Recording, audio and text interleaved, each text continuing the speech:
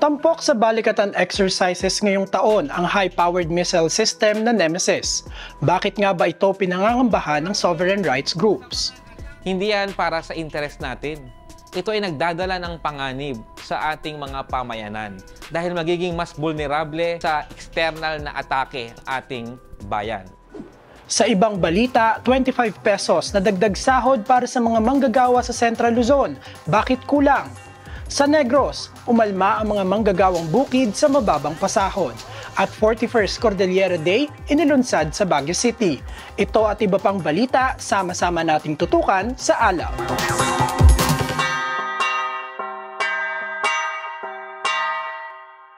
Maalab na pagbati, Pilipinas. Live fire testing ng US weapons ang highlight ng taunang balikatan exercises na nagsimula nitong April 21.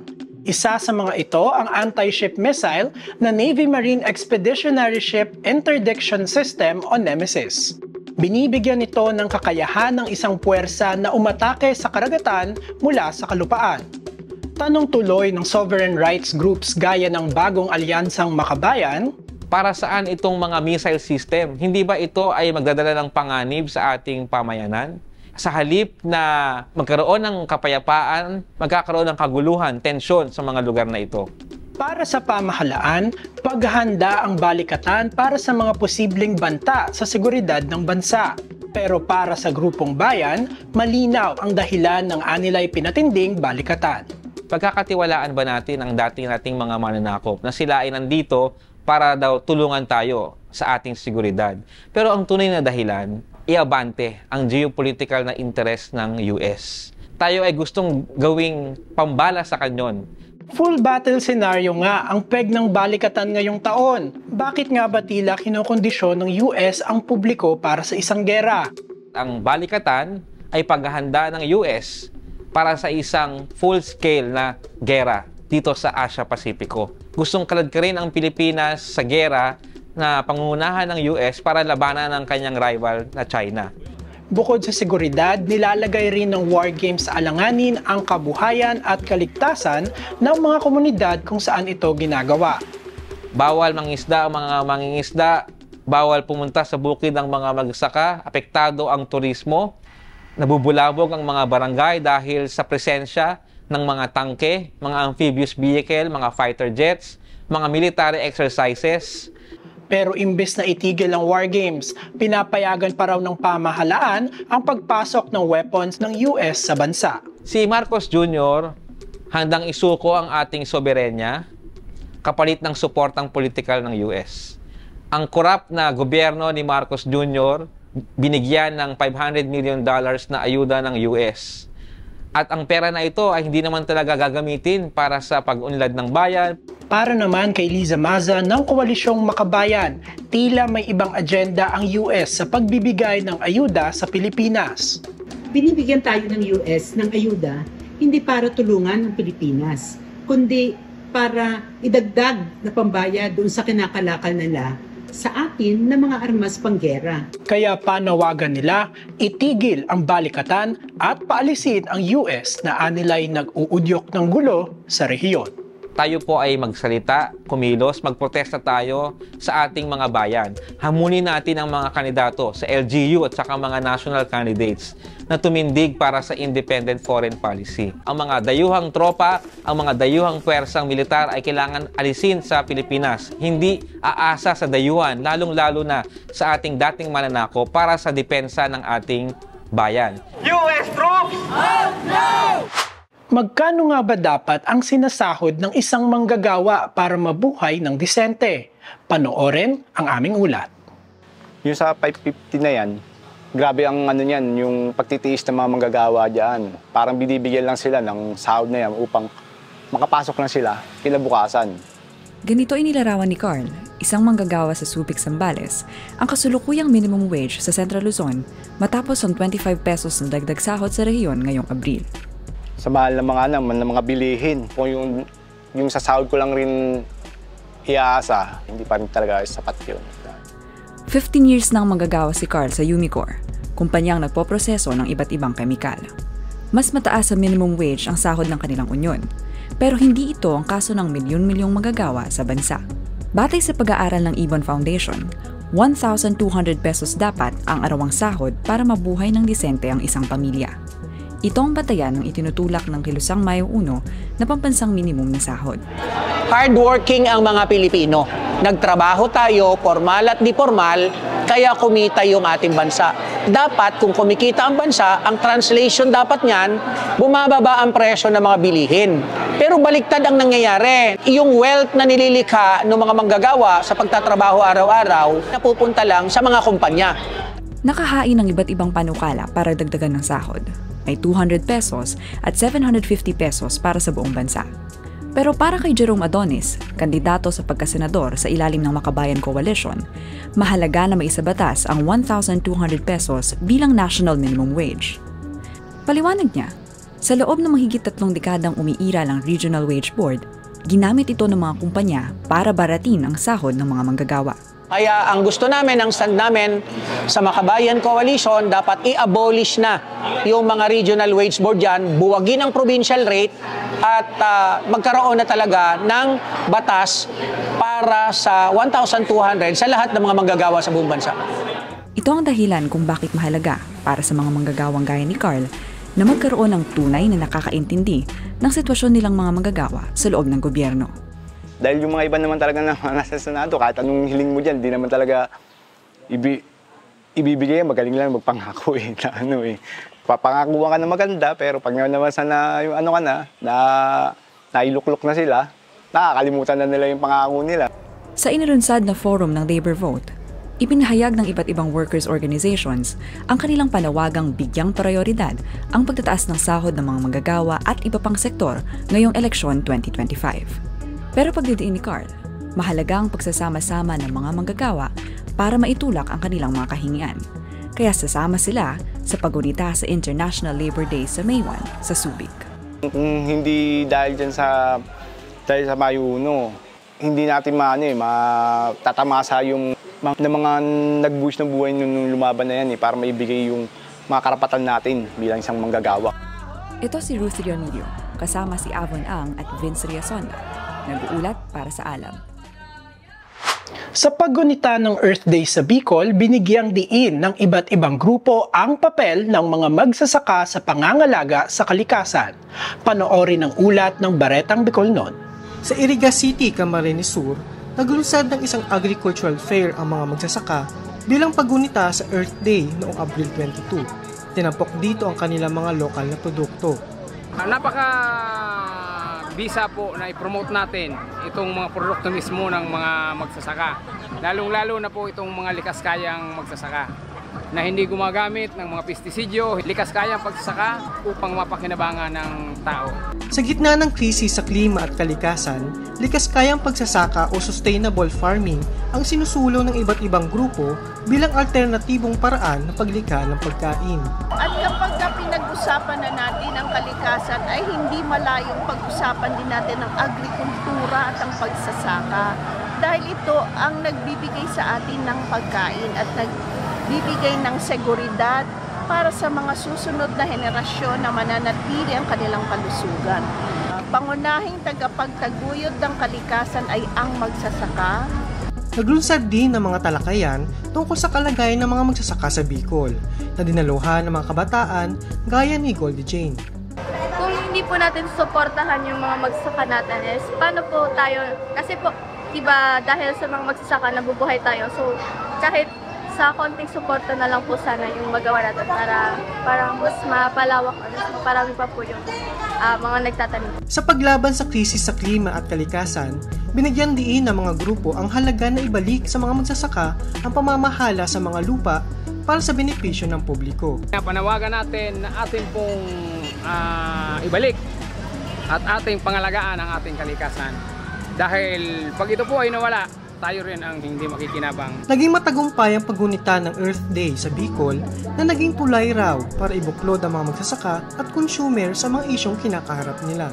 Reynard Magtoto ng Baretang Bicolnon, nag-uulat para sa Alab. Sa Negros, naglunsad ng caravan ang mga magbubukid para igiit ang kanilang karapatan sa lupa at makatwirang sahod. Panoorin ang ulat ng Paghimutad Negros. Nagtipon ang daang-daang magsasaka sa Barangay Granada sa Bacolod City para sa 2 araw na caravan na tinawag nilang Sakbayan ng Magbubukid ng Negros. Bahagi ito ng paggunita sa ika-40 anibersaryo ng Kilusang Magbubukid ng Pilipinas o KMP. Isang organisasyon ng mga magsasaka ang KMP na nagsusulong ng tunay na reforma sa lupa. Sumama sa caravan si Danilo Ramos, pambansang tagapangulo ng KMP, para sa mga magsasaka sa Negros. Importante ang maging bahagi ng isang organisasyon, lalo na sa sitwasyon nila sa rehiyon. Dahil dito sa Negros, dito ang mga malaking pagmonopolyo sa lupa, sa mga malalaking may-ari ng lupa. Kaya ngayon, isang karangalan, no? Dito nauna, no, ang first caravan ng Kilusang Magbubukid ng Pilipinas para sa ating mga magsasaka. Sa Negros, wala pa ring sariling lupa ang mga magbubukid dahil iilang asyendero pa rin ang may kontrol sa mga lupa. Kaya marami ang napipilitang magtrabaho sa mga plantasyon ng tubo o kampo kung kanilang tawagin. Mung panas sa buong, wala kami naka-avail sa duta ni Lacson na gina-applyan namon. Yung walo na katuig nga mo na pag ginalin pag-apply namon lang maka kami sing duta nga bisang gamay lang may pangabuhian kami. Kasabay ng kawalan ng lupa, mababa ang sahod ng mga manggagawang bukid sa Negros gaya ni Ricky. Edad pa lang kuya 15 anyos siya, sobra na ko na yan muna. May ka sa bugay 3 na sa buong adlaw. Pero mas mababa pa rin ito sa bagong minimum wage ng mga manggagawang bukid sa Western Visayas na 440 pesos. Kung kaubra ka, mangutang kagit mga salud-balay, bugas, sudan, mga asin, bitsin, mga blas, sa tiyangge kami nagasalig. Kaya once pag sweldo naman bayad ka. Kaya mabilin si mo, tayo naguro, 100, pinakadako na. Bukod sa kakarampot na arawang sahod, mas lalong hirap ang kalagayan nila tuwing Tiempo Muerto o off-milling season. Sa mga buwang yun, wala silang trabaho. Sa amo ni kung off-season, ano lang na, ng gasto lang na, 500 lang ang simana. Tapos kung 500 ang simana, may estudyante ka, hindi gidya makaigo. Kasi ang sang amo lang gid sinaya, 500 lang gid. Ang agyan nga gutom sa Tiempo Muerto, hindi gidya hama. Agyan na nga mabulanti ka, para ipangtusto sa kabataan mo. Isa ang panawagan para sa makatwirang sahod sa mga bitbit ng sakbayan. Sisa kasi managa, patay-patay kami ubra sa kampo, kisalang kami makakaon, sudan bangod nga gipet ang trabaho, ginatag sa amon. Ang amon ginapanawagan nga dapat pataaso nila ang amon sweldo. Pag ang ginaangyo namon nga mag-1,200 o kung 1,000 ang adlaw, amon ginapangayo nga dapat padayunon tani. Tumanon balato. Higit pa sa makatwirang sahod, hiling din ng mga manggagawang bukid ang magkaroon ng sariling lupang bubungkalin. Ako kami tani nga makaduta kami lang amon, kahit kung may duta kami nga pambuya, kung hindi kami matamaan. Kaya nanawagan yung buong KMP o Kilusang Magbubukid ng Pilipinas nga mas ipatindig yung pakibaka, no, sa ating mga magsasaka para sa tunay na reforma sa lupa. Ito si RJ Ledesma ng Paghimutad Negros, nag-uulat para sa Alab. Ginugunita ngayong linggo ang Cordillera Day, isang taunang pagtitipon para bigyang diin ang mga karapatan ng mga katutubo. Mula sa Baguio City, panoorin ang Rights Watch. Ginugunita ngayon ang 41st People's Cordillera Day. Tumungo sa Baguio City ang iba't ibang katutubong grupo sa rehiyon ng Cordillera. Kabilang sa mga lumahok ang mga taga-suporta mula sa Maynila, Central Zone, pati Mindanao. Inaalala nila sa araw na ito ang paglaban ng mga katutubo para sa kanilang karapatan sa lupang ninuno. Nagsimula ang Cordillera Day sa taunang komemorasyon sa pagpatay kay Macleing Dulag noong 1980. Pinatay si Macleing Dulag noong panahon ng martial law ni Marcos Sr. dahil sa pagtutol nila sa Chico River Dam Project na makakasira sa kanilang lupang ninuno. Ngayong 2025, tampok sa tema ng Cordillera Day ang Just Energy Transition kaugnay ng laban ng mga katutubo para sa kanilang karapatan sa lupang ninuno at sariling pagpapasya. Isa sa nakakabahala at mainit na issue sa Cordillera, ang implication at epekto nitong energy transition na di umano ay itinutulak na solusyon daw sa climate change. Bahagi ng 41st People's Cordillera Day ang Cordillera Summit on Energy Transition and Indigenous People's Rights, kung saan tinalakay ang epekto sa mga katutubo ng renewable energy projects ng Marcos Jr. administration. Ayon sa Cordillera People's Alliance, lalong makakasira sa kalikasan imbis na solusyon sa climate change ang energy transition program ng gobyerno.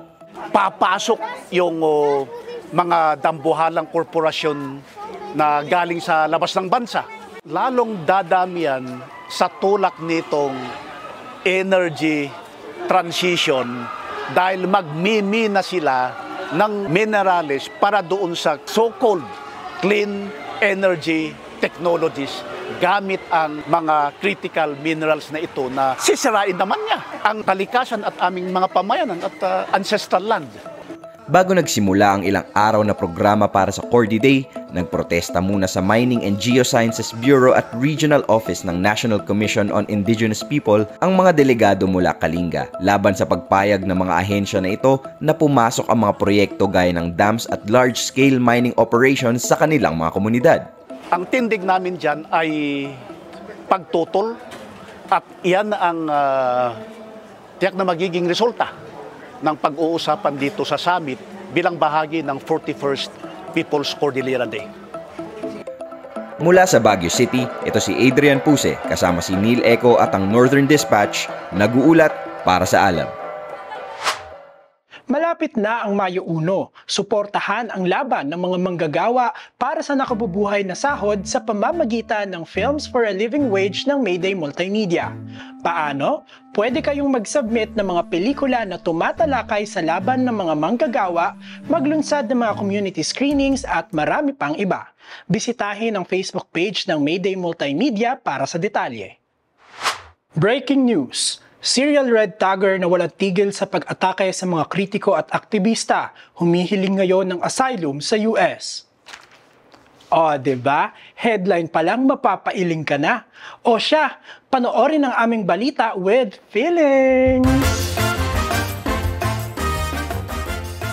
Tumungo sa COMELEC ngayong linggo ang mga kandidato ng makabayan para mag-file ng reklamo laban sa, ano pa nga ba? Red tagging again. Paano ba naman kasi? Wala pa rin tigil ang red tagging laban sa mga kandidato ng makabayan kahit na sinabi na ng COMELEC na labag ito sa guidelines nila ngayong halalan. At yan ay kahit pa idineklara na ng Supreme Court na banta ang red tagging sa buhay, kalayaan at seguridad ng isang individual. Hay, kailan ba matututo ang mga red tagger? Isa sa mga notorious na red tagger, si Jeffrey Celis, o nagpapakilalang Ka-Eric daw. Katambal siya ng isa pang red tagger na si Lorraine Badoy, dating spokesperson ng NTF-ELCAC. Kasalukuyang humihingi ng political asylum sa US si Celis para raw umilag sa posibleng pag-aresto sa kanya. What? Asylum? Sa ilalim ng international law, ginagamit ang political asylum para magsilbing kandungan sa mga taong tinutugis ng gobyerno nila. Kadalasan dahil sa pagiging kritiko nila. Pinaalala ng isang lawyers group na isang military asset si Celis na binabayaran para sa trabahong magkalat ng fake news at siraan ang mga aktivista at human rights groups. In short, hindi siya biktima, kundi ang siyang nambibiktima. Wag pa-victim, okay? Sa katunayan, dahil sa kanyang panre-red tag, humaharap si Celis sa ilang kasong isinampa laban sa kanya. Matatandaang inutos din ng isang korte na magbayad ng 2 milyong pisong danyos si Celis at Badoy sa journalist na si Atom Arroyo para sa damages na dinulot ng panre-red tag nila. Ayan! Red tag pa more. Sabi nga ng NUPL, ang asylum ay isang proteksyon para sa mga biktima ng persekusyon at hindi para maging hiding place ng human rights abusers gaya ni Jeffrey Celis. O siya, hanggang sa susunod na balita, with feelings!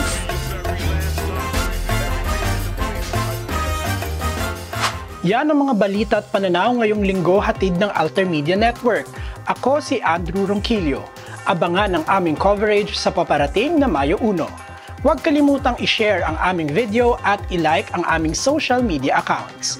May pangyayari ba sa inyong komunidad na nais niyong maibalita sa ALAB? I-comment o i-message sa amin. Hanggang sa susunod, takits!